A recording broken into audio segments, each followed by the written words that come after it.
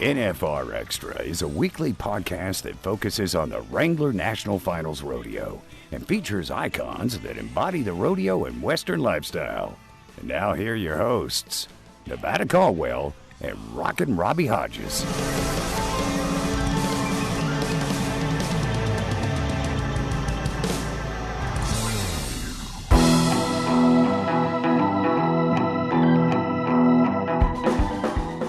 Hello, rodeo fans. NFR Extra, episode 48. Right on tap. Here it is for you, keeping things rolling. Brylan Bentley, Rockin' Robbie Hodges. How you two doing? Doing great. Man, I am awesome. I'm seeing a little light, just a little daylight. I'm digging it. I'm so happy that we're able to bring this to you every week. This is so much fun, and man, it's good to hear from you guys. Yeah, well, when we kind of had to take this whole podcast and do it from home, and things were going on pretty heavily in March, and as we went through April, and here we are, heading in, end of May. It's interesting to see that what's unfolded, and a good partner of ours that we've seen or that we've worked with from Las Vegas events, PBR. There's some pretty cool things going on with them. Brian, what has happened with PBR the past couple of weeks that you can share with everybody? PBR kind of took a different standpoint on making sure the live event world was to go on, and they held a closed to fans event at the Lazy E Arena April 25th and 26th, May 9th and 10th, with a huge 3-layer plan of safety to make it happen. Yeah, and I found myself, I've been catching up on my bull riding and watching, and it's fun because I think for a while I got away from watching PBR. So obviously when you're looking for live events, it's either NASCAR just happened, which was great, but it's either Korean baseball or bull riding. Definitely a different outlook for sure. Well, it is. I'm proud. I'm so glad that they're going, they're just taking the steps, keeping it safe. And like you said, somebody's got to be brave enough to step through the door. And I applaud them. Well, and you hope all good things go well, right? Because they always say that the first one through the wall gets the bloody face, and that's it's true. It's a true statement, and you just want to hope that everything goes well. And just that it's kind of a business statement. But hey, the guest that we have on this show, I want to touch on these folks real quick. Darrell Moser, aka the NFR Dirt Guy. When he's not doing his day job of moving around mass amounts of the earth, he's preparing rodeos in the Western United States. Brylan, this is great. Thank you for hooking this gentleman up on the episode. Robbie, you had a great conversation with him, right?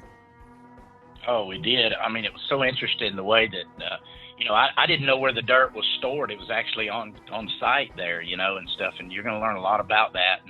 And there is more to the science part of that than just dragging some dirt in there in a bunch of dump trucks. Because, I know our barrel racing friends are interested in that. So I think you're going to really enjoy that.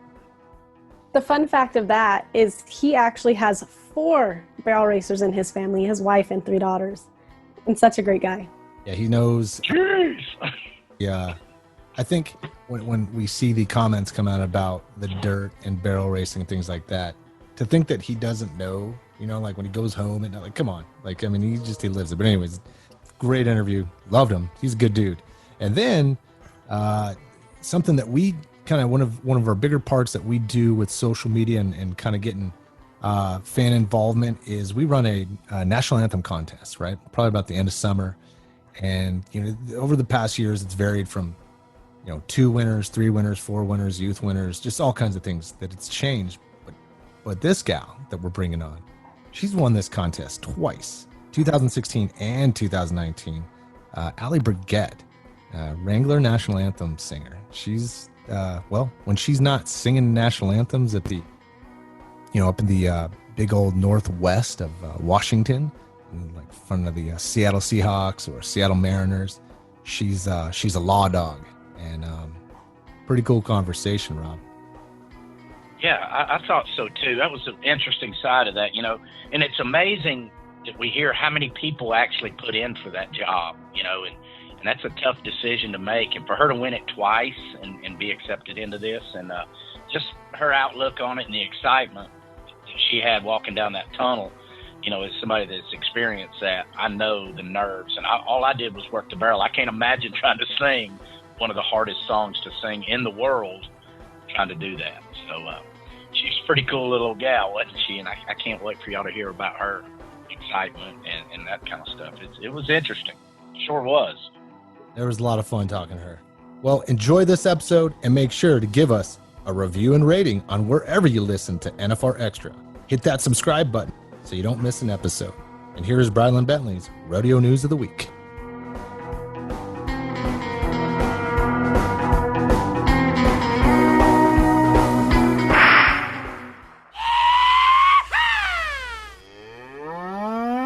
This is Brylan's Bull, the Rodeo News of the Week. PRCA Stat of the Week, 32, the number of consecutive qualifications by Guy Allen for the Club McSpadden National Finals Steer Roping, 1977 through 2008, a PRCA record for consecutive NFSR or WNFR qualifications. The Cowboy Channel and the Professional Rodeo Cowboy Association launched the PRCA on the Cowboy Channel Plus app, which will bring the most exciting pro rodeo streaming to fans' fingertips. PBR Monster Energy Team Challenge at the South Point Arena in Las Vegas on June 5th through the 28th will be closed to the public using the safety protocols PBR debuted during 3 previous event weekends in April and May, including a scaled-down crew, medical testing, functional separation, and social distancing. Each year at Cowboy Christmas, more than 250,000 country western shoppers mingle with NFR contestants Flint Rasmussen and the best junior cowboys and cowgirls in the world. There's no place in sports where your rodeo heroes find time to meet and greet their fans 9 to 5 every day. Cowboy Christmas. It's shopping, live music, rodeo, and so much more. Book your reservations and find out more at nfrexperience.com. Cowboy Christmas. It's all here. Hi, I'm Caleb Bennett, and this is NFR Extra.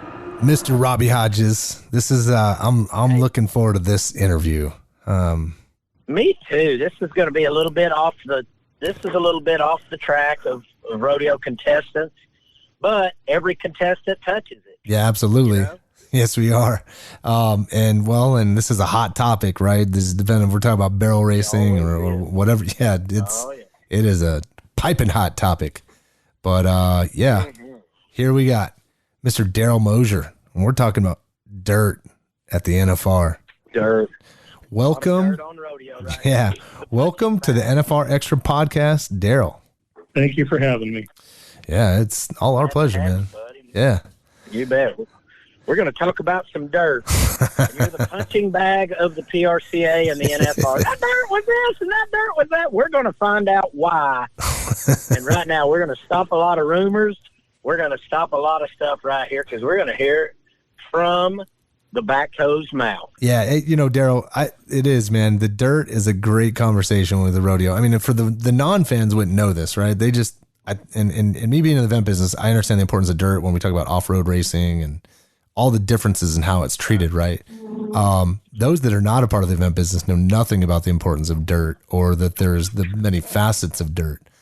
How long, let's just get into how did you get, before we get all these crazy questions, how did you get involved with, or where's your story start with dealing with dirt, rodeo, etc.? And obviously I would imagine maybe it goes into other areas as well. When did you start getting into all of this? Well, it started when I got done the rodeo and had to find a job. And had an opportunity to go to work for a gentleman here in town who taught me a lot. His name was Mel Clark. And I worked for the Gons for a while on their private ranch and learned a lot about dirt there with the cuttings that they do there before the South Point was opened up. So just kind of started from there, and then we had the opportunity to start working for Sean Davis for the NFR. So, Darrell, because obviously there's some science and biology into the world of dirt. I mean, so your background as far as education wise is not being focused on dirt, right? I mean, is that kind of the right gist? Yeah, pretty much. But my life calling, I didn't think. Yeah. I mean, hey, we all do. I mean, it's, the businesses that we get in, we just got done talking to Anthony Lucia, and, he was grown up dad, trick roper. And, then all of a sudden that just spidered into a million other things, because he kind of got into things that he really wasn't planning on. And now he's got a career in it. And it just sounds like the same thing here. So, Absolutely. yeah. What, how does this, let's talk about some NFR and the dirt. What is your main role when it comes to the dirt? Like, what is the process? I mean, what are you supposed to do? What is your role when it comes to when Mel Clark calls you and tells you got to get your job done?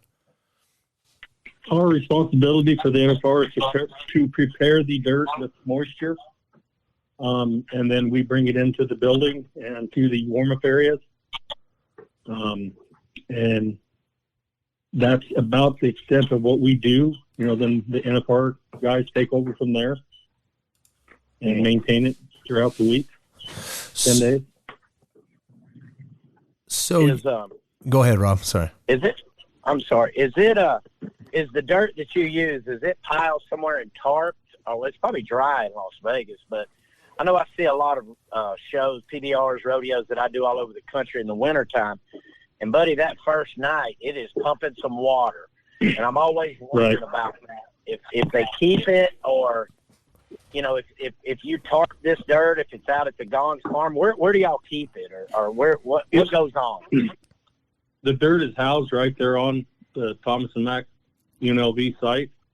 Really? Back where back in the back where the livestock is housed is where the dirt is kept throughout the year.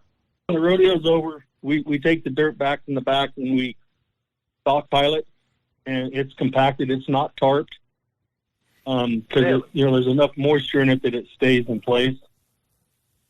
So, and it just sits there until the next year.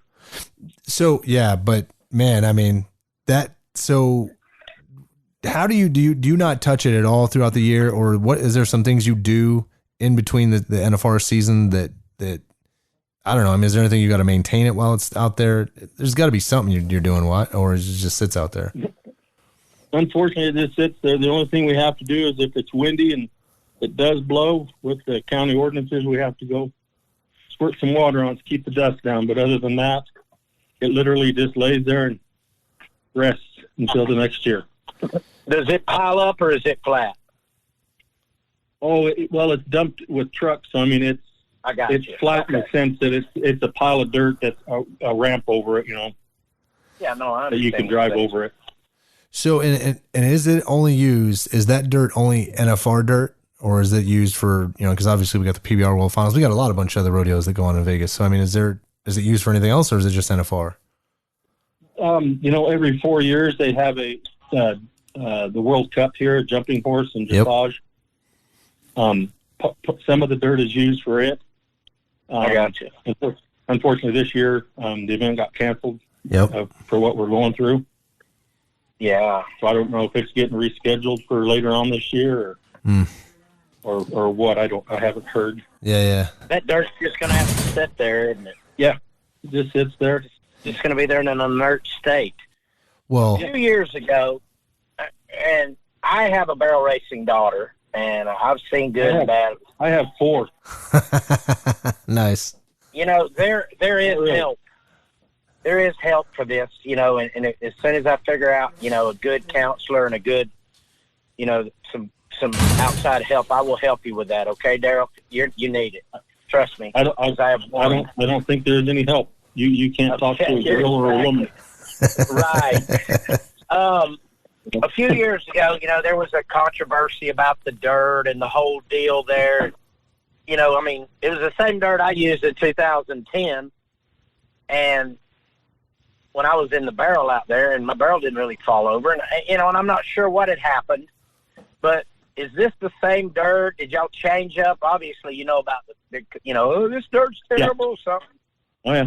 What went on, or what changes were made, and I guess, without getting into a long, a geology seminar, what did you do, or what was different? Basically, that year I was just. It was more like a Mother Nature type thing, because we had a lot of moisture and it was cold. And there was just a lot of humidity in this town that's usually not here. Right. You know, like what you're used to in Texas and in the southern states and stuff where it gets, and I believe that had a lot to do with it. Right. We screened the dirt, ran it through a mechanical screen and got out any impurities that were in there, such as rocks or, trash or whatnot. Sure. It's not so much the dirt, it's the preparation of it and the maintaining of the material during the event. Is where, I'm sorry. No, it's so you're telling me that y'all didn't have a big conspiracy of the dirt. He did exactly what you've done for the last 30 years there, right? I mean, yeah. So, okay. Well, you heard it here first, folks. There was not a dirt conspiracy. It was just nature and something that you couldn't help. Sort of like what we're going through right now. So now we know. Exactly. What? Okay. Let's talk about some details about this dirt. So, first of all, how many tons of it do you put into the Thomas and Mack Center? Because it goes elsewhere as well. But I mean, how many tons do you put in there? Roughly, just in the arena itself, there's about 900. Just call it 1,000 tons. Whew, man. Of material. Jeez, that's and wow. All total with everything where the warm up tent is and the ramps and everything else. There's probably close to 32 to 3,500 tons of material used for the NFR. And so when does that process start? Because I know there's a big shutdown. I used to work at UNLV, and so there was always a shutdown once the dirt started coming in, and you guys actually have road closures. When does that process start for you? When do you guys start? It's 2 weeks before the event. And it all depends on when the NFR starts. For many, many years, it's always been Thanksgiving weekend. Yep. And now that they've moved the NFR, back a week, so now it's just a week later. But it's about a week and a half or so, 10 days, because they've got a lot of work to do. Yeah, they do. To get the production side going of the rodeo. So, and here's the other, and this is just me being on the multimedia, the production side, is that, you got to get all your, all the video guys, the audio guys, everyone that works in production has to get everything laid down before, Darrell comes in. Is there things that, when you're in that process, what are the other things that you guys got to do to get that arena ready? I know Thomas Mack does stuff, but is there stuff that you guys do to prep the facility before you put in the dirt? No, the Thomas and Mack people are very, usually they work through the night. There's usually a basketball game before we put the dirt in. So as soon as that basketball game is over, they start removing bleachers and the floor and whatnot. In the beginning, they used to have to get rid of the ice. They used to have ice in that building for shows and stuff. So you'd have to sometimes get rid of the ice and dry the floor. And a lot of different things. You didn't ever plywood it? You never did the plywood floor over the ice like they do at most of the, when I do the winter rodeos and stuff, they just plywood the ice a lot of times, and then clean it up. Very interesting. We did that one time at the Delta Center when they did them Copenhagen Cup series. And that was a disaster. They did not like us after we started putting dirt in there in Dallas because all that plywood started shifting, and it was the inaugural. That was the first show that was in that building. Oh wow! So it didn't go as planned as everybody had hoped it would. Mm-hmm. Yeah, because when you start getting, because then the other thing too, and this, I'm not trying to be a biologist or anything here, but you start getting that the grains, right? The sand grains around the ice, that'll chip it away, wouldn't it? Doesn't that kind of make it melt, if you will? Which, and then that moisture comes up. Yeah. Oh man.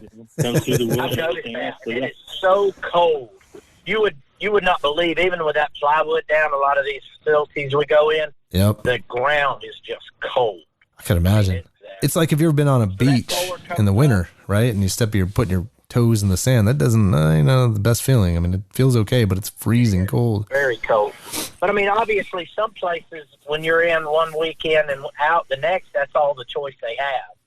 But when you're here 10 days. Yeah, the time frame. I think that's interesting that dirt goes in 2 weeks, because usually Thursday night the dirt's in, Friday we're rodeoing, or PBRing or whatever we're doing, World's Toughest things, and then, for lack of a better term, and then Saturday, and then by 3 o'clock Sunday morning, they're starting with the old 953, and the dump trucks. Yep. And here you've got 300 bulls or 300 horses and 100 head of bulls, and yeah, everything's got to go through that arena. The calf's got to be conditioned in there. The steers, bull-logging.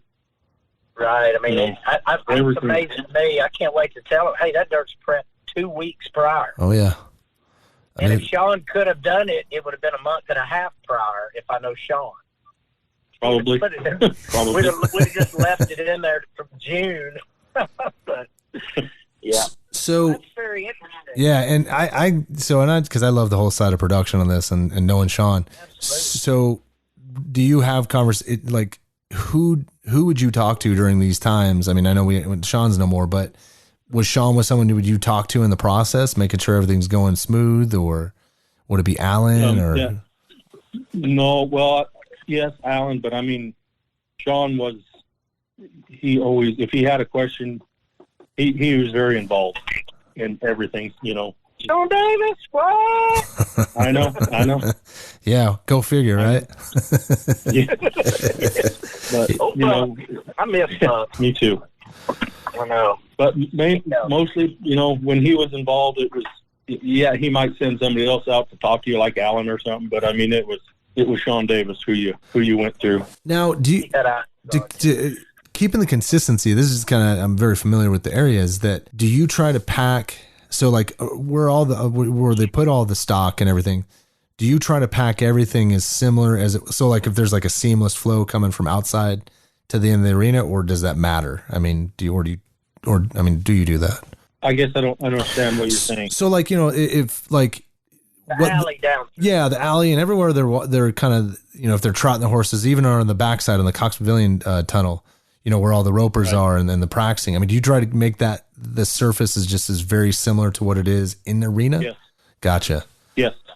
And and obviously, the other entities, I guess is what you'd call it, the lanes and where the cattle pens are, obviously they can't be worked, but the material that we put in for them is made the same. It's processed the same. It's put in with moisture content so it does not dry out, so it doesn't create dust or, and just try to keep it even. It's all even. There's two piles of dirt. There's an inside pile and there's the outside pile.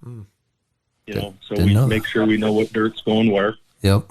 Now, do you use any kind of surfactant on that at all? I know back in the day before Al Gore and stuff, it was diesel fuel. A lot of arenas would put jet fuel or diesel fuel.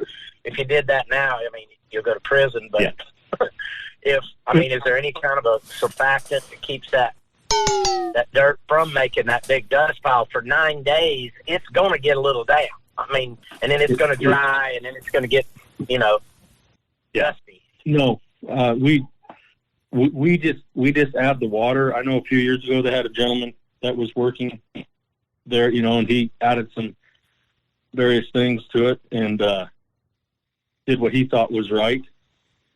But in years previous, it was just moisture, just water. I see. That's interesting. I didn't know if now with all this stuff, hell, every time you turn around, something's good for the horse, something's good for something, everybody's got a better whistle. I figured there was some kind of surfactant or something that's used, but it's kind of like soap and water with a wound, ain't it? There's not as good, water. Yes, there's a lot of science to dirt, but the key to dirt is moisture. Yep. That's the, you go to, like Reno, they don't add a lot of water there to Reno. Prescott, because they're outside facilities, but, you have Mother Nature that plays a role in that. If they put the right amount of water into the marinas and then it rains, then you don't have a rodeo because it's just a mud bog. Yeah, absolutely. Been there, done that. Yep. Yeah. So, you kind of got to be a weatherman also. You got to be a meteorologist in this business like that. You do. Yeah. Folks, you're getting the dirt on dirt right here. Well, it's amazing. And also, Darrell, what's the importance of what happens if you don't? Because I've noticed this in the motorsports side, and I've seen this in outdoor arenas or stadiums. What's the importance of keeping that thing moist? Why during the event? For all events, for your bucking horses or bulls, if that ground's not solid, you have your bulls and horses are just like your barrel horses and calf horses, and any athlete, if they don't like the ground, unless they're just crazy, they're not going to perform to the best of their ability. What the moisture does, if it's too dry, then that ground is just like, it's kind of like walking on the beach. The further away you get from the ocean, the thicker that dirt gets and the heavier it is to walk in and to turn or anything, and that's kind of as you walk towards that ocean, that's, you can walk right along the water's edge and it supports you even though it's saturated in water. It's a good analogy. Right. Yeah. And it also creates dust, right? You don't want an arena over getting dusted, right? No, you don't want dust, especially in a building. You just try to keep it maintained, and by putting the moisture in as the dirt's going in, unless Mother Nature's involved, you can't add water from the top. It won't get through. It'll stay on top. It'll sink down a couple inches, whatever, but it won't get down 5 or 6, 7 inches where you need it, for the barrel race and whatnot. Mother Nature can do that. You can sit there with your garden hose in your backyard and water and then dig a hole and it's only penetrated an inch. Mother Nature can rain for an hour and you go out there and you can dig down 8, 10 inches and it's soaked all the way through. Man. That I don't know. I never graduated college.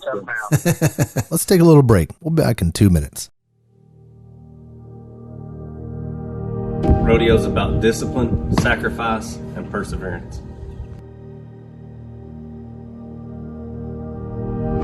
Every one of us doing their best to strive for excellence.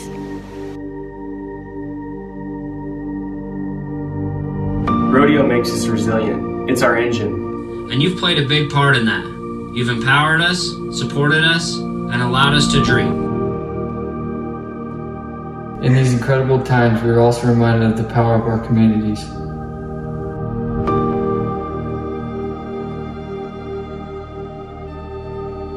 Looking out for one another and caring for those in need.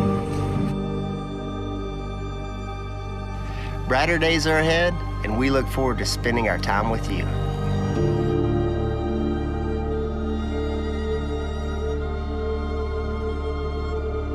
In the meantime, we'll spend our time #AloneTogether. And when the time comes, we'll be ready.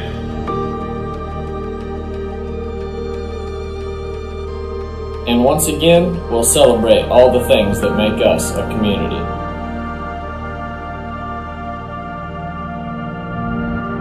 We are rodeo. Hi, I'm Haley Kinsel, and you're listening to NFR Extra. When you're, what is longer, out to in or in to out on taking dirt out of there? Out's a little bit longer just because you have to clean up the nooks and crannies and, do a lot more shoveling, getting dirt off the walls and whatnot. The in, you don't care where the dirt goes. It just kind of goes where you need it, and that's perfect. How deep is that dirt? 2 foot? Foot and a half? It is 12 inches deep across. Wow. I got you. That has changed in the last few years. It used to be kind of crowned in the middle because at the time the buck and shoots weren't, the buck and shoots, the risers for the buck and shoots that the buck and shoot sits on, I think were 10 inches. And then the signage that they had at the time, we could only go 10 inches around the perimeter of the arena. Oh, I see. Yeah. And then the center would be 12 inches and everything else would be, 10 inches up to 12 through the middle. Well, I understand. Yeah, but why would be the difference? Why would you go from a crown to like just a flat, like just even? Is there a difference in there, or why either or? Well, 12 inches is a good base. That way an animal's not going to find the bottom of it, even after 15 competitors in any event. It doesn't matter. Which day you're talking about. Yeah. Because your calf ropers are pretty much roping in the same spot. Your team ropers are turning left in the same spot. Bulldoggers are catching their steers. As long as everybody's scoring right and got their head on, everything is the same. Other than the barrel racing where you have a few that go left instead of right. It's funny you say that about the barrel racing. I've not heard after that 1 year. Oh man, that was 4 years ago. Yeah. Yeah, I've not heard one word. We've seen record times, we've seen fast times, we've seen it consistency. Yeah. People win because of their horses, whatever y'all did. And my grandpa always used to say, it ain't how you screw it up, it's how you fix it. And whatever y'all have done the last 4 or 5 years, the dirt has been a null factor in it, and that's a testament. And I bet when you got home, you got yelled at. 4 barrel racers at your house. I just closed my door and stuck my thumb in my mouth and went to sleep. Daddy, what you did that for? I hear it now. So Robbie and Darrell, we manage the social media for NFR, and big following, a lot of messaging, and then in those 2 weeks, leading up to and during, there's a lot of there's a lot of interaction with our social media. But man, yeah, that whole piece, oh God, I want to say it was 4 years ago? 5 years. It was something. Yeah, 4 or 5 years. Yeah. Ago. And, oh man, Darrell, if you could imagine, and I don't know why this happens. It's just maybe what we've created this consciously with social media, but a lot of the fans come to us, right? And I'm assuming they go to PRCA too, but they come to us because we're NFR, right? But by no means do we have anything to do with anything. When it comes to competition. I've seen that. Oh, but yeah, our inbox messages was like just everybody telling us about dirt. It's like, man, and I maybe I should be a little more prepared for you right now, Darrell, in this quarantine session we're doing here, but I could read off to them and we'd have a lot of fun. I mean, it was like You're right. I'm sure you hear that. And so here's kind of my question. Do the contestants know who you are? No. Go. Okay. All right. Because I would imagine. Do you want them to? Do you want me to give them your number? No. My wife's the veterinarian of the NFR. Yes. Mm-hmm. So she has a few barrel racing friends that stay at the house and whatnot. But other than that, I'm just the mushroom under the shade over there. I got you. I met your wife this year. She took care of my dog while I was out there. And they don't do dogs, but she had some Prevocox for me and took good care of me. What a sweet bunch of people there at the vet's office. Very good. Thank you. So wait a second, Robbie. When you were having those issues, and correct me if I'm wrong, Darrell. Leslie is her name, correct? Yeah. Yes, sir. Okay, yeah. So wow, small world. Because I remember Robbie was trying to get that. Yeah. Bo called her and sent me over there. And I went there, and I'm going to tell you what, when I walked in there, that dirt and that gravel getting into that door was amazing. I just want you to know that it was perfect. So here, and look, I think, Robbie, we're getting a little bit more of a bigger picture of Darrell. So your family is heavily involved with the NFR, and I'm starting to kind of gather that you can't call in sick, Darrell, and neither can Leslie, because if you guys do, this rodeo may not be as successful as it needs to be without you two. Exactly. Yeah. No, we're quite busy during them 10 days, 15 days. How long has this been going on? Like, how long have you, I mean, I don't want to get into the Darrell Leslie love life stories, but like, how did this come about? Her being a part of the NFR, you being a part of the NFR. How long has that been going on for you two? I met her on an online dating service. Nice. I'm kidding. Nice. That's hot. I was like, man, this is interesting now. Wow. Yeah. You'd be surprised. I'm impressed that anybody that does dirt got a veterinarian. I want to read your book. I don't know know how I've done that. I still dumbfounds me how I got lucky like that. Good for you. Yeah, hi. How do you pick somebody up like that? That's good. Hi, I'm the National Finals the National Finals veterinarian. Well, I put dirt in the arena. I love you. Yeah, exactly. That's how it went. Hey! We got special permission, and we had our first date in the floor of the arena, and just to get married special. there. That would have been nice, huh? I didn't think that far ahead. So second time around, you can. Have you guys been doing this since what? Like maybe has this been going on since the 90s for you two? Yeah, I actually met her when I worked for the Gons on their ranch. Oh wow! And they raised cutting horses, and at the time Michael was involved, with the breeding some bucking horses with John Growney and Benny Butler, and the UNLV rodeo team practiced out there. So that's kind of how I met Dr. Scher, my wife, just working on sick horses. Wow. What a small world. And do you still have to call her doctor, or can you call her honey, or whatever, or do you still... I'm not allowed to look at her in her face. I have to turn away when I speak to her. Okay, because she's a doctor. Yeah, of course. No, I can call her Leslie or ma'am. I want to hang out with you. When I come to the NFR this year, I put up and you put dirt in. It's exciting, I tell you. Yeah, I guarantee you. It makes it that way. Well, man, thank you so much for a great... We've used an hour on dirt, Nevada. Hey, I'm telling you right now, man, and I want to bring Darrell, I want to bring you back on. So we do a lot of recaps. We'll bring people on early year like this, and then we come back as we're all getting ready for the NFR, and let's pray, that everything works out the way it should. And the three of us are planning on Vegas and NFR and things like that, but would love to bring you back on, kind of really pick your brain then, and see where your preparations are and see everything going on and have a lot more questions.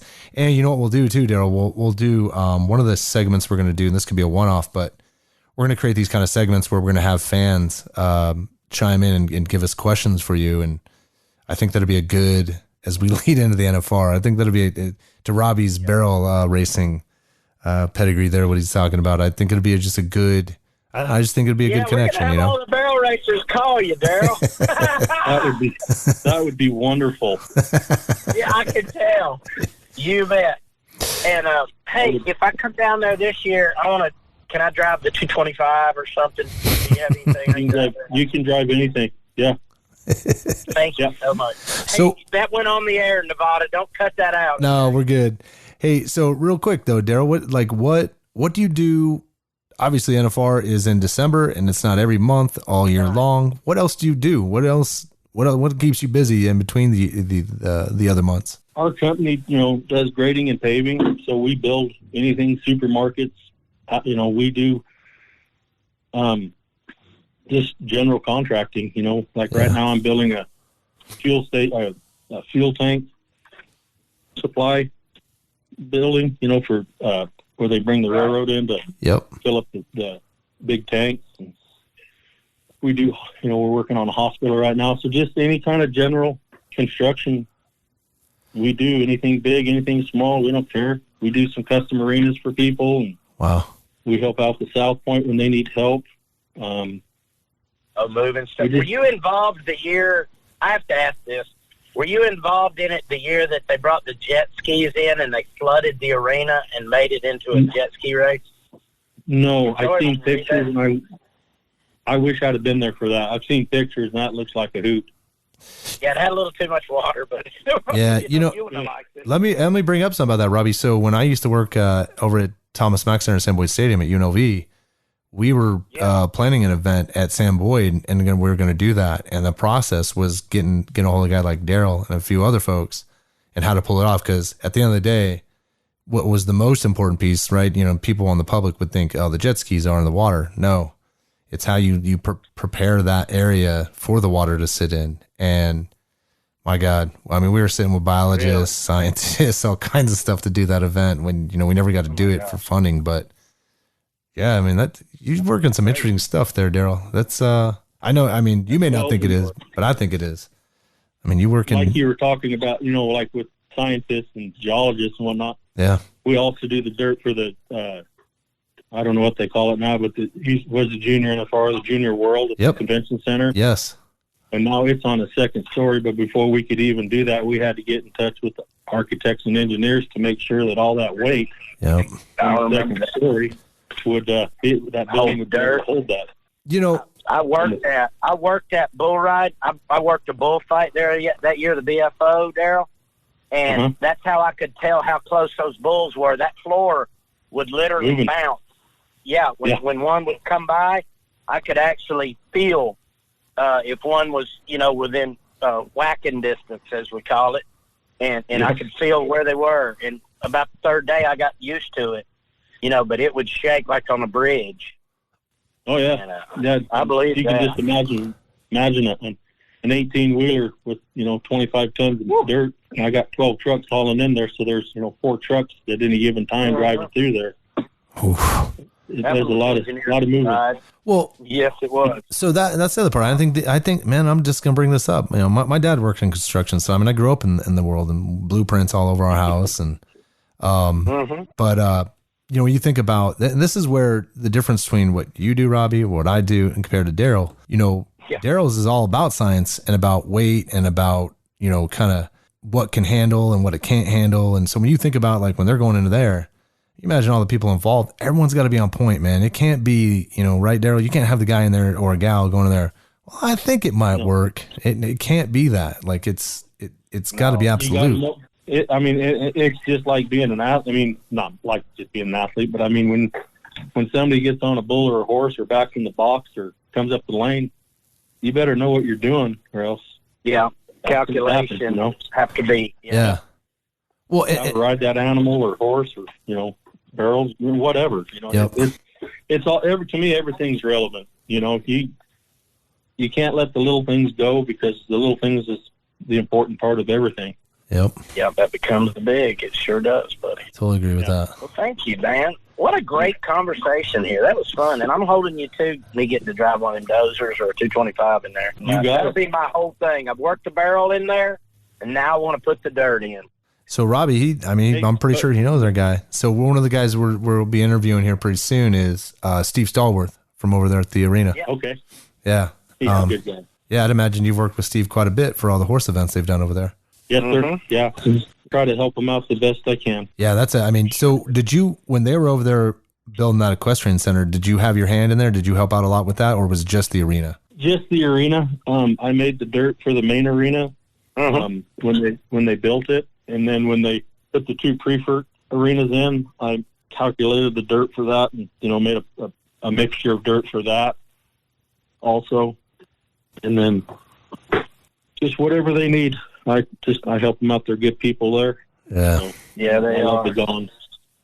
I'll tell you. Is it permanent in that arena, or is it? No, by God, they move it so much. If they got a concert, they'll jerk it out to have a concert, jet skis, basketball. Yep. I figured it. I didn't know if it just got. Oh man, Robbie, they're doing events all the time over there. No, not at all. It's taken out and piled up, or pushed back into the warm up area if they're not using that area, or it's taken completely out of the building. So they get their money's worth out of their dirt. It gets to see the dry life of the strip, and then it can come back in the arena. That's exactly right. That's amazing. Well, man, thank you. Yeah, Darrell, this was perfect, man. You're welcome. We definitely want to bring you back on. It. Yeah, we'll have a lot more questions. Like I said, I think we'll bring you in our new Q&A that we do when we enroll this with fans and even contestants. We'll see what they have questions. I think it'll be great. I think it'll be really good. This would be a good one for this one would be a good one. Because I know they have questions. Yeah, and it won't even be questions that coming from Robbie and I. We'll just be relaying the message and kind of just go from there, and it'll be a great conversation. Do we get paid residuals for this? Yeah, you should. Yeah, might well. Man. Tens of cents. Well, I'll tell you what, Darrell, it sounds like you got a blessed life, man. You're doing what you love. Your wife's doing what she loves. Yeah. Your daughters are, your whole family's in it. It's pretty cool. It ain't a bad gig, I'll tell you that. Hey, Robbie, you do have good balance, right? Yeah. Because I probably have to start you on a wheelbarrow with the first dirt that goes in there? You know what? That's fine. I've worked one before, and I figured I'll either get that or the push broom. We've all started somewhere, haven't we, buddy? Yes, sir. Yes, sir. Man, ain't that the truth? I'll push a wheelbarrow for you anytime, just not very far. Right on. Thanks, Darrell, man. Be safe, be healthy. Appreciate it. Yeah, absolutely, man. You got it. Thank you. All right. Be safe. All right, Darrell. Bye. Bye-bye. Thanks for listening to the NFR Extra podcast, and make sure to give us a rating and review on wherever you listen to NFR Extra. To celebrate the 35th anniversary of the National Finals Rodeo in Las Vegas, LVE and PRCA present the top 35 most memorable moments.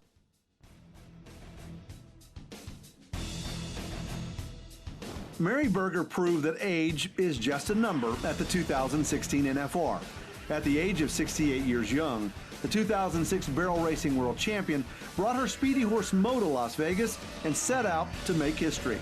For starters, she was only the third barrel racer to ever wear the coveted #1 back number, which is based on regular season earnings. Here we go. This dun horse runs himself out of it. If he doesn't blow off, there he goes. He blows off the third barrel.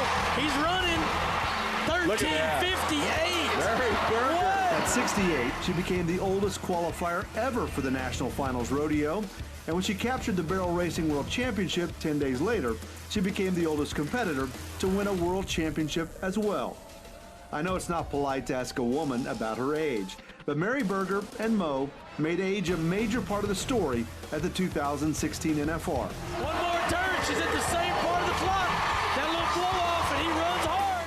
Mary and Mo showed us that speed is ageless. And you know a lady does like her gold. Mary Burger was inducted into the National Cowgirl Hall of Fame in 2017. Hi, this is Derek Stevens. I'm the owner and chief executive officer of the D Las Vegas, and this is NFR Extra. All right, Robbie, we're rocking and rolling. We're keep this thing going. Right? I'm not trying to rhyme here, but you know, we keep bringing special guests. I didn't know you were a rapper. Yeah, no, man, no, definitely. I'm from the West Coast, but I'm no rapper. Oh, here we go. But you know, we have a special guest today. You know, someone that gets to really has gotten experience NFR from the dirt up, and I think from a moment that for those that get to attend the rodeo and are lucky enough, when you're there early, right? And obviously we want you there early, but when you get to be a part of the national anthem and how special that is, you know, I mean, not to just the country, not to just, you know, the pride of America, but when you talk about rodeo and you talk about the national anthem, you know, we start off with a prayer, right?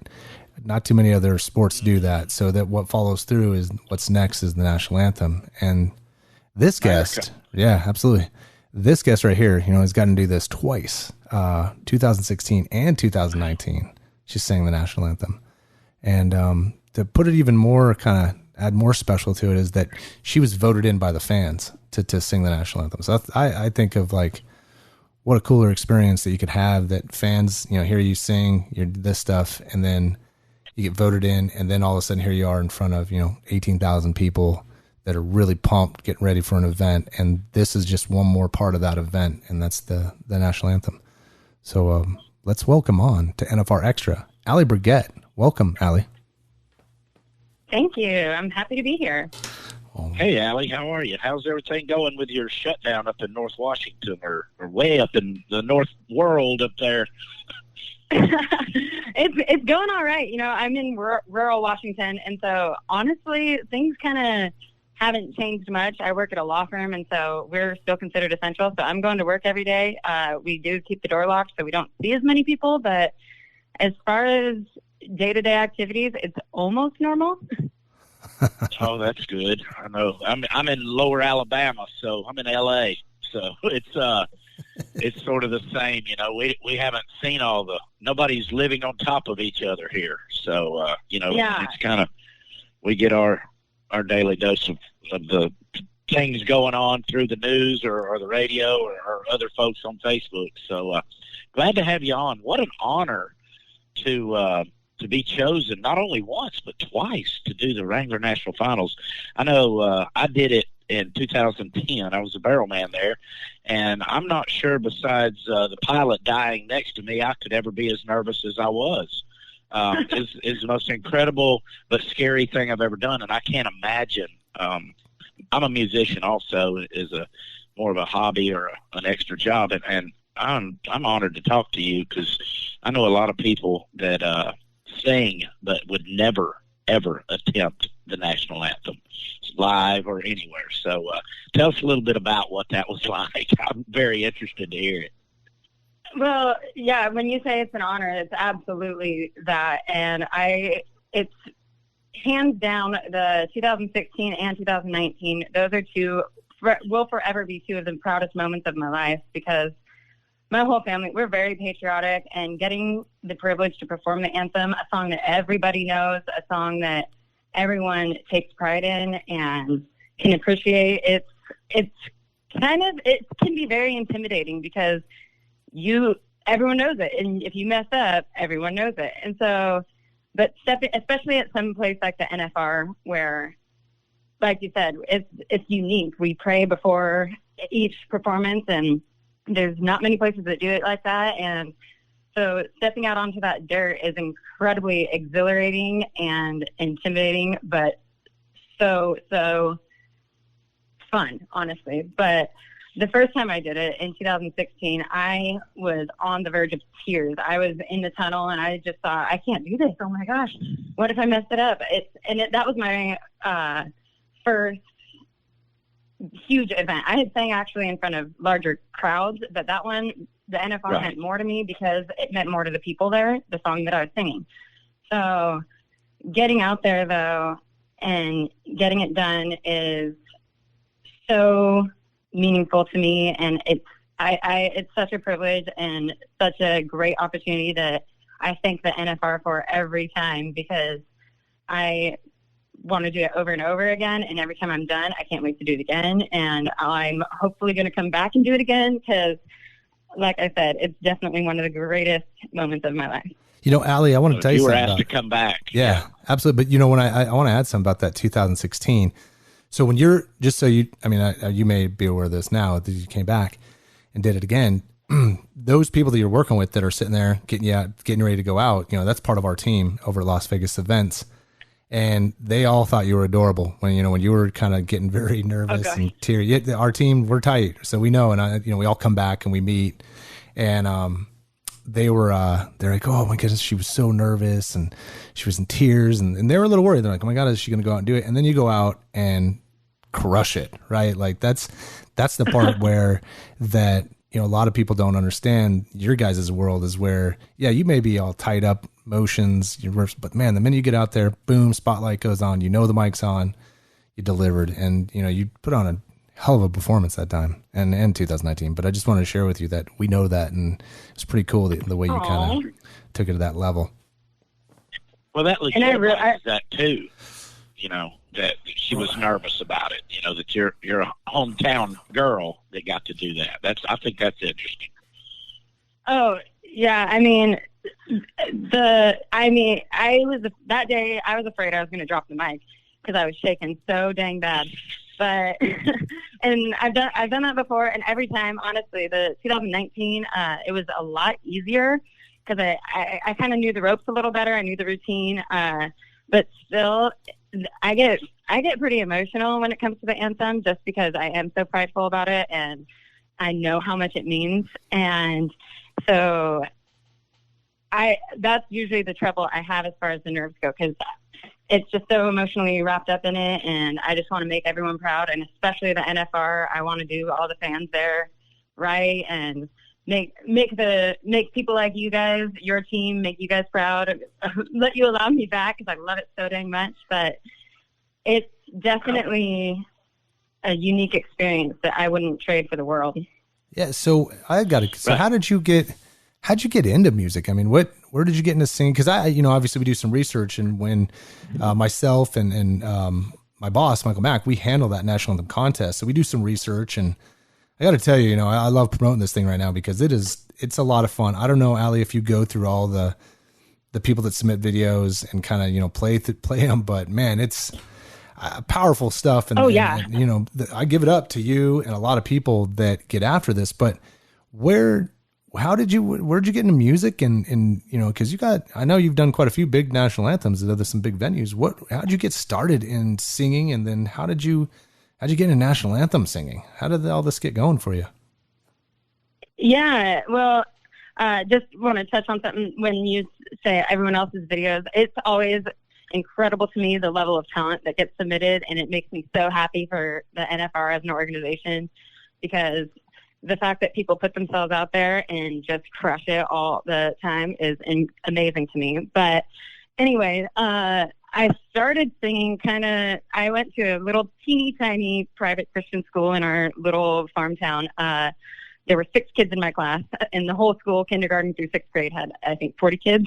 And we put on Christmas programs and Veterans Day programs and things like that every year. And we sang little solos and stuff like that. So they just always had us in music that way. We had music class. And so I got into singing there. And then as I got into high school, there was a competition here in Washington State called Washington State Nashville Country Star. And so I got into real performances there, just performing country music, doing charity events, stuff like that, county fairs, whatnot. And then in high school, I played basketball and softball, and for football games and stuff like that, they would just be like, well, Allie can sing. Why don't you do the anthem?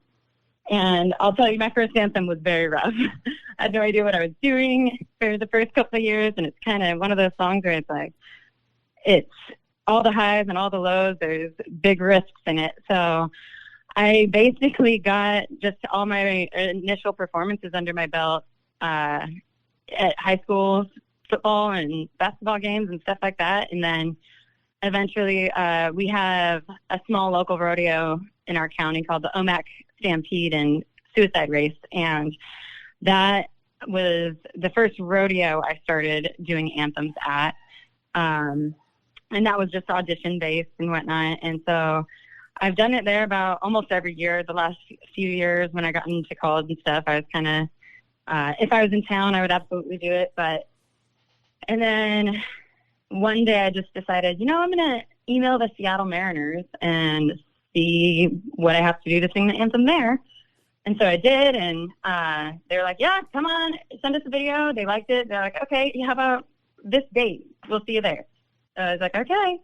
So I've sang it every year there since 2015. Cool. And yeah, and so then I've always loved watching the NFR, and just my senior year of college, I was like, how do I get to sing the anthem at the NFR? So I started Googling and found the competition and entered and thought, okay, this is kind of going out on a limb here, but we'll just give it a shot. And I shared on social media like crazy, and I'm sure most people were annoyed with me. But then I got the call from Vegas, and I was like, okay, here we go. This is a whole new level for me. So pretty excited. Well, I remember going through the kind of, as things get narrowed down, it's pretty cool that you can go through these and listen to all of them. And I remember going through yours like, man, she's good. And we'll go through all of them. Like there's kind of all these steps and I know you've read the rules, but it basically goes through the voting process first. Like we don't do anything. We just kind of let the votes go, and then once we get those votes, and then it goes to a panel, and then that panel comes back to us and gives us that. And what really gets really rough is is kind of this where you want to, oh man, we'll go, oh, we like that person, man. That person's definitely making it, right? And then it comes back from the panel. It's like, whoa, man, okay, now they cut it down to this number, man. And and it's tough because you realize that.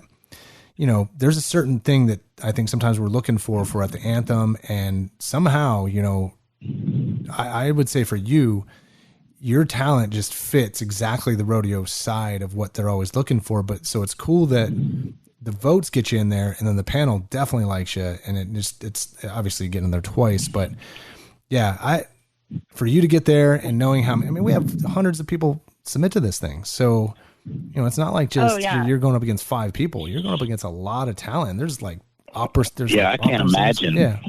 Well, it's kind of like our own little mini, super small, kind of whatever those competitions they have, where there be American Idol or America's Got Talent, whatever it is. It's like, but it's that. So to get there, I think it's cool. Could you tell me this? Because we've had like Andy Griggs who sang the national anthem, a few people, right?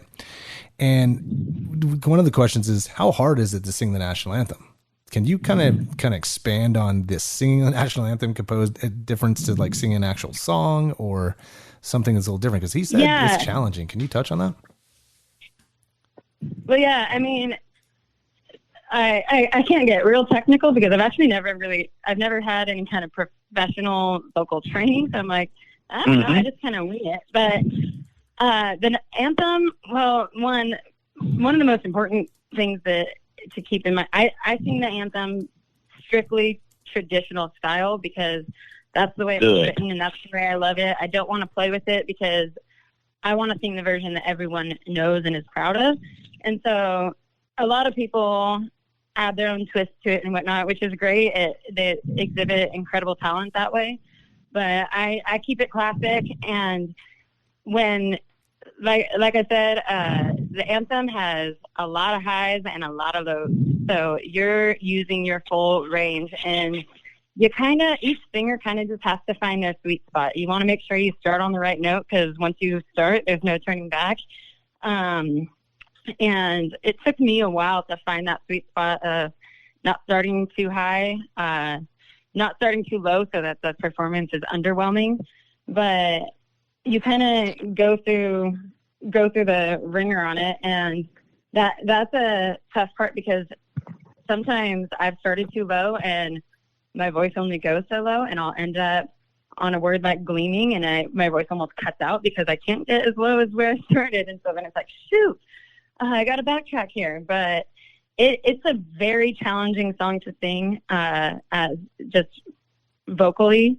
It stretches your skills and pushes your limits, both high and low. But not only that, if you mess up, everybody knows it. Yeah, they do. So, yeah. And for me too, another thing is because I know it, everyone knows it so well.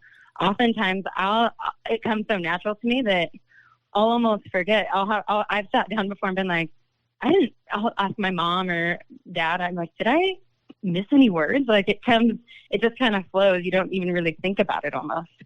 Because at least for me, if I think about it, I'll get emotional. Absolutely. I've got some really good friends in the music industry. First of all, Heath Wright, who sang it probably more than anybody with Ricochet, one of the greatest versions that I've ever heard. And he says that too. He's like, the last time he did, he said, I started so low and I couldn't get picked back up, and it was like, once you do that, you can't change the pitch of it, obviously, or right. What key or where. And another funny story, and you'll appreciate this, and that's why a friend of mine, Charlie Starrs, one of the band Blackberry Smoke, and they called me about him singing the national anthem at Atlanta a couple last year. And so many professional singers and artists who we all know who are amazing are scared to death to sing that song. And he says, I appreciate it. It'd be the biggest honor in the world, but hell no. There is no way that I'm going to sing the national anthem. So I have such an admiration for you of brave enough to do that in front of 18,000 people. I mean, that's got to be incredible. Plus, Nevada, what a lot of people don't realize, because you've been to that rodeo for 25 years, the monitor in that arena is horrible. Inside that arena. My God. Mm-hmm. I know, and I've been there. Like, for instance, and this is so funny, when they do a dance thing or whatever, then when I roll the barrel out there and they want me to dance, all I hear is blah, blah, blah, blah, blah, blah. You don't get any of yourself back, do you? Allie? No. Tell us a little bit about that. That's a whole other level of challenge. So the first 2016 when I first sang, I had no experience with earpieces, and so I they asked me if I wanted them, and I was nervous about it. So I said, you know, I don't think now's the time to give that a whirl. And during sound check, the echo was so bad. And the problem with echo when you're singing, especially a song like the anthem that's kind of a little slower rolling, you start singing the words, but then eventually the echo starts coming back to you, and you find it's a huge challenge to not listen to the echo over your own voice. So you're making that a fight the whole time, going back and forth between listening to the echo, listening to your own voice, and your timing ends up totally inconsistent, and it's terrible. But 2016, I declined the earpieces, and I just said, hey, is the echo going to be this bad on the night of the performance? And they're like, well, it won't be as bad because it'll be full of people. And so I was like, okay. And I had the same experience at Safeco Field in Seattle, where the echo there is absolutely terrible. I mean, you just got metal everywhere. And so then the night of the performance, I started, and the echo was better, but it was still there. And I've overcome it before, and I should have overcome it then, but I panicked a little bit. And so I was like, oh my gosh, it's here. And so then I got real nervous about keeping my timing right, because I wanted to do the anthem well and make everybody proud. But then here in 2019, I used the earpieces, and it was light years better. I was like, oh my gosh, I'm never not using these anywhere ever again. They're so helpful.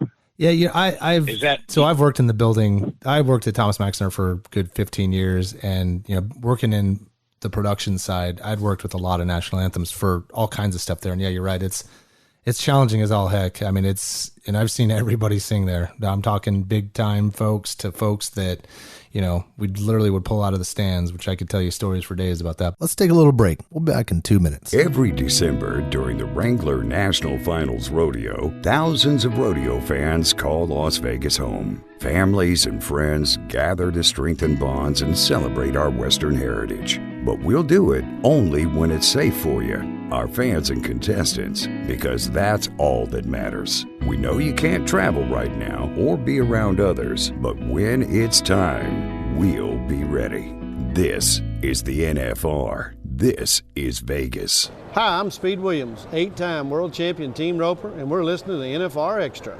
Let's talk about your 2019 performance, because you got one under the belt in 16. I don't know where you were emotionally to think that you'd get back and do it, but what was going through your mind? How were you getting prepared? What was, what was all the feels going on getting ready for this past one that we just did?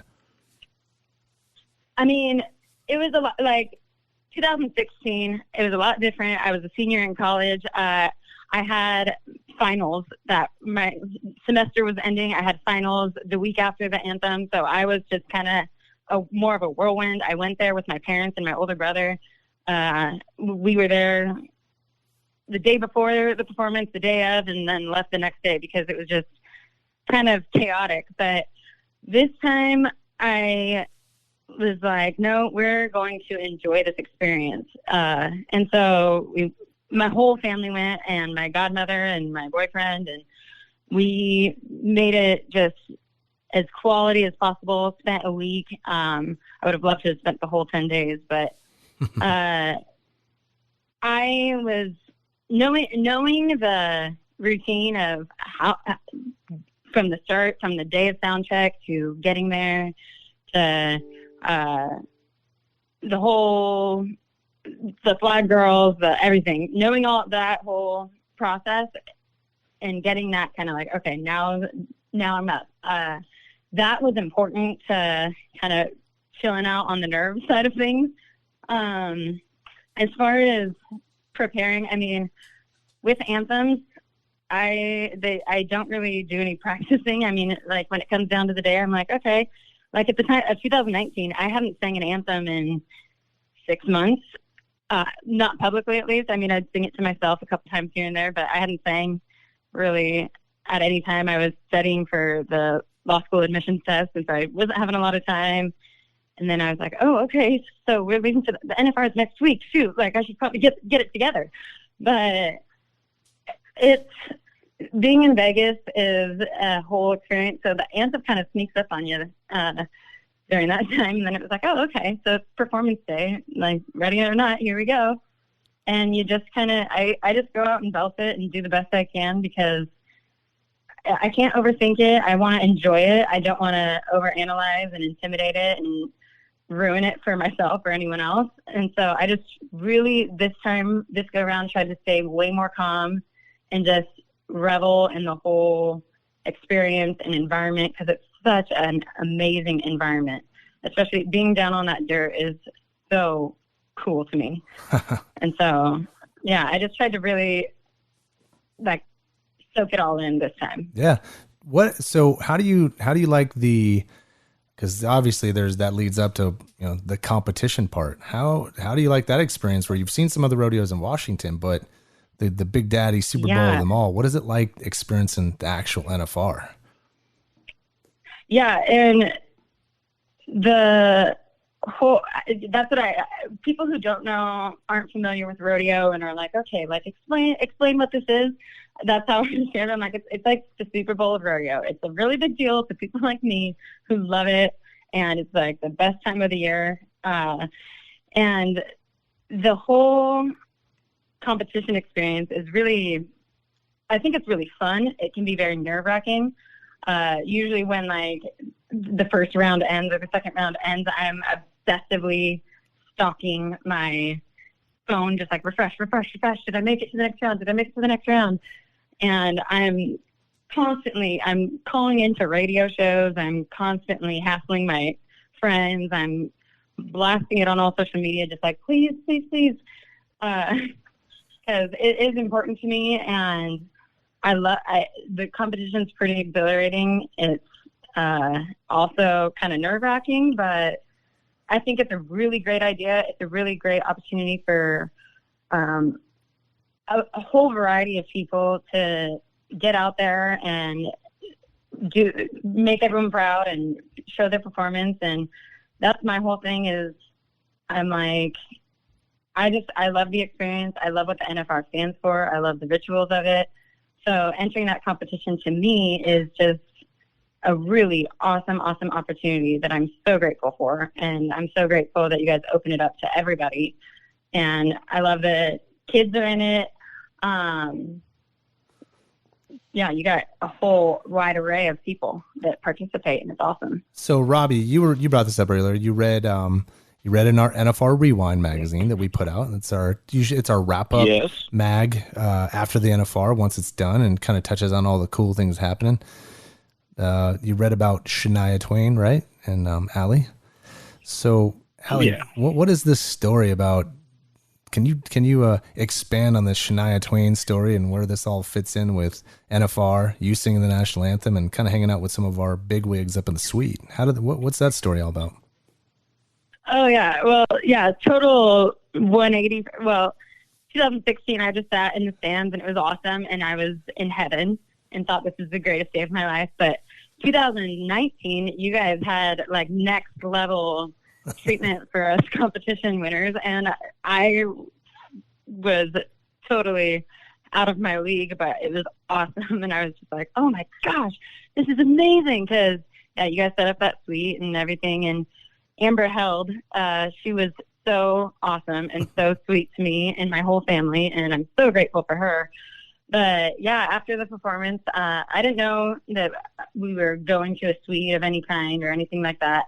I've actually, both in 2016 and 2019, I've connected with the other competition winners and kind of created little camaraderies and friendships with them. And so Jackie, the other competition winner, I had met up with her. We made it a point to meet up in Vegas and get to know each other a little bit. So I talked to her, and she told me, yeah, they gave me a jacket to wear, and we like sat in the suite, and yeah, Charlie Daniels was there, and it was awesome. And I was like, oh my gosh, that's so cool. And I had no idea that was in store for me a little bit, because I just thought, oh, it must have been like a weird whim of a night. And then next thing I know, after the anthem, they're winging us off to a suite, and I was like, oh, this is great. And then I'm standing there with Pat Christensen taking a picture, and Shania Twain walked right in front of me, and I was like, I about passed out. Because I bet. like, oh my gosh, I like totally about snapped my neck. I spun around so fast. I was like, what's that? And I think I turned to Amber and I was like, is that Shania Twain? And she's like, oh yeah, I forgot to tell you about that. And I was just like, oh my gosh. Like, I thought I was going to pass out. And I sat down and I couldn't, my boyfriend was in the suite with me and I couldn't even talk. I was just like, oh, that's Shania Twain. And that's awesome. I've idolized Shania. Is hands down what got me into singing.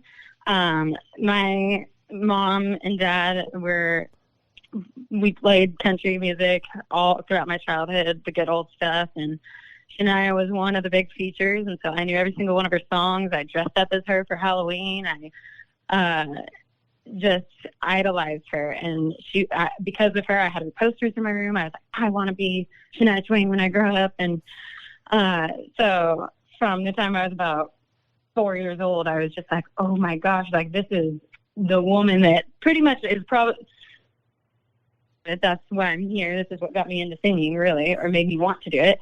But yeah, and so I was like, I don't want to bother her. She was with her husband and all that stuff. But I was like, gosh, I have that same Charlie horse hat. Maybe we could talk about that. What do I even talk to her about? Because I'm just a little county fair singer, and she's Shania Twain. And yeah, me and my mom had about sold our souls to get front row tickets to her last couple tours, and I was just like, no way, like she is in my presence right now, like I'm sharing a room with her. But yeah, then finally her husband walked by, and I just was walking down the aisle, and I just said, like, Fred, I was like, I know you have no idea who I am, and it's probably weird, I know who you are, but I was like, I love your wife so much. If she just has a minute, I would love to talk to her. And he was like, oh yeah. And so I actually got several opportunities throughout the night to talk to her. We were watching the rodeo, which I was like so excited that she was so into the rodeo and so like cheering for each event and was just dedicated. I was like, yes, it's like, I love when people are actually like into the rodeo. But yeah, and I finally got to talk to her, and I think basically I just over and over repeated, I love you, you're my idol, I love you, I love you, I love you. I was cool. Well, what about if in the Uber she wasn't going, God, I hope I get to meet Allie Burget tonight. I am so oh, that'd be fun. I hope that she'll just talk to me. She's doing the national anthem. So. Hey, Allie, I want to let me add this to you. This is this is a Robbie story, right? You brought up Charlie Daniels. Well, you should have saw Charlie when we had him in studio back last October. When Mr. Daniels came on the podcast. I don't think I've seen like Robbie couldn't sit still. He was pacing the room. We're talking to Charlie Daniels. Like, oh, it's so. Hey, not me. I was all cool. Everything was so dry. Yeah, it's going. That's hilarious. I was just as bad. I was fangirling like you were, just like when J.W. Harris is on. So, but I'm so glad you got to meet somebody like that and doing the same thing. And and now, do you have a band or anything? I mean, now, or do you play in a band, or do you? No, I'm pretty much. I just sort of fly solo. Usually, I found it. Being in a small area, there's not a lot of venues to play here, so that's why I pretty much am limited to the county fairs and things like that. Some local like charity events and festivals and stuff like that. And so mostly I'm just by myself.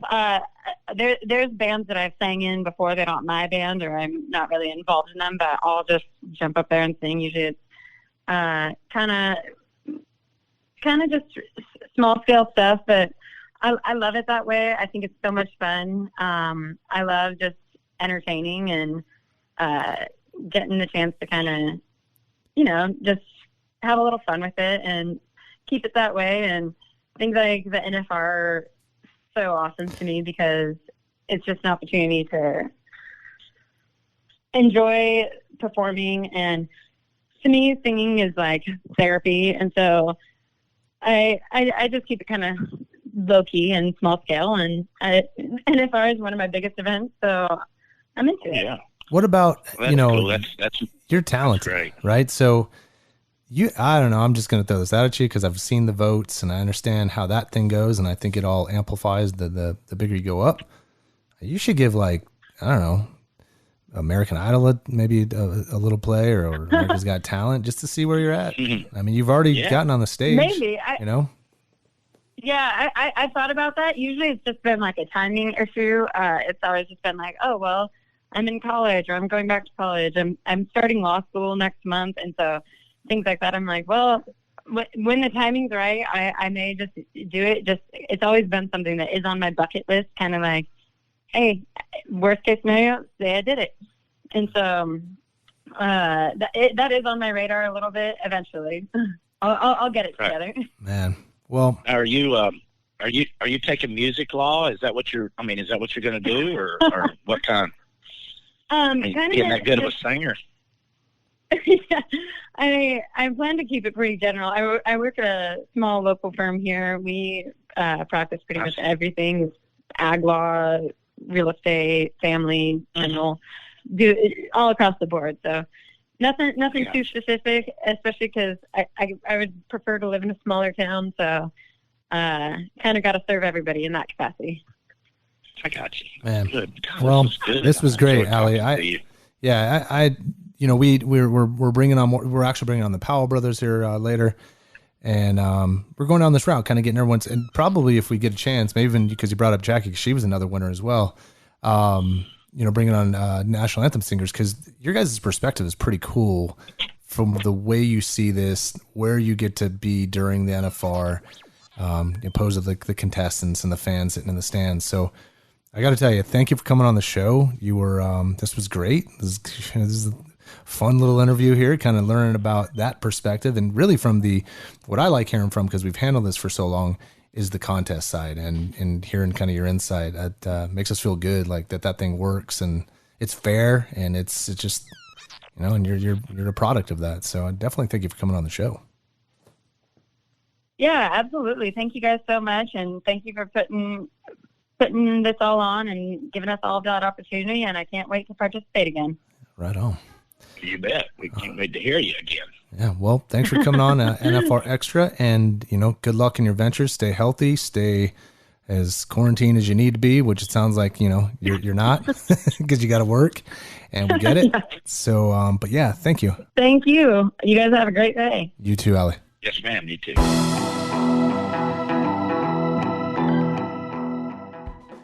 That's it for episode 48. I want to give 1,000 thanks to Darrell Moser and Allie Burget for joining us on NFR Extra. And stay tuned for episode 49 with Steve Stallworth, General Manager of the South Point Arena and Equestrian Center. For more information regarding the Wrangler National Finals Rodeo, visit NFRexperience.com and follow Las Vegas NFR on Facebook, Twitter, Instagram, or YouTube. NFR Extra. All dirt. All rodeo. All year. Gotta make it out to Vegas, where the big boys roam, with the rovers and the racers and the bulls and the broncs, and the ladies in the skin-tight Wranglers and the cowboy hat.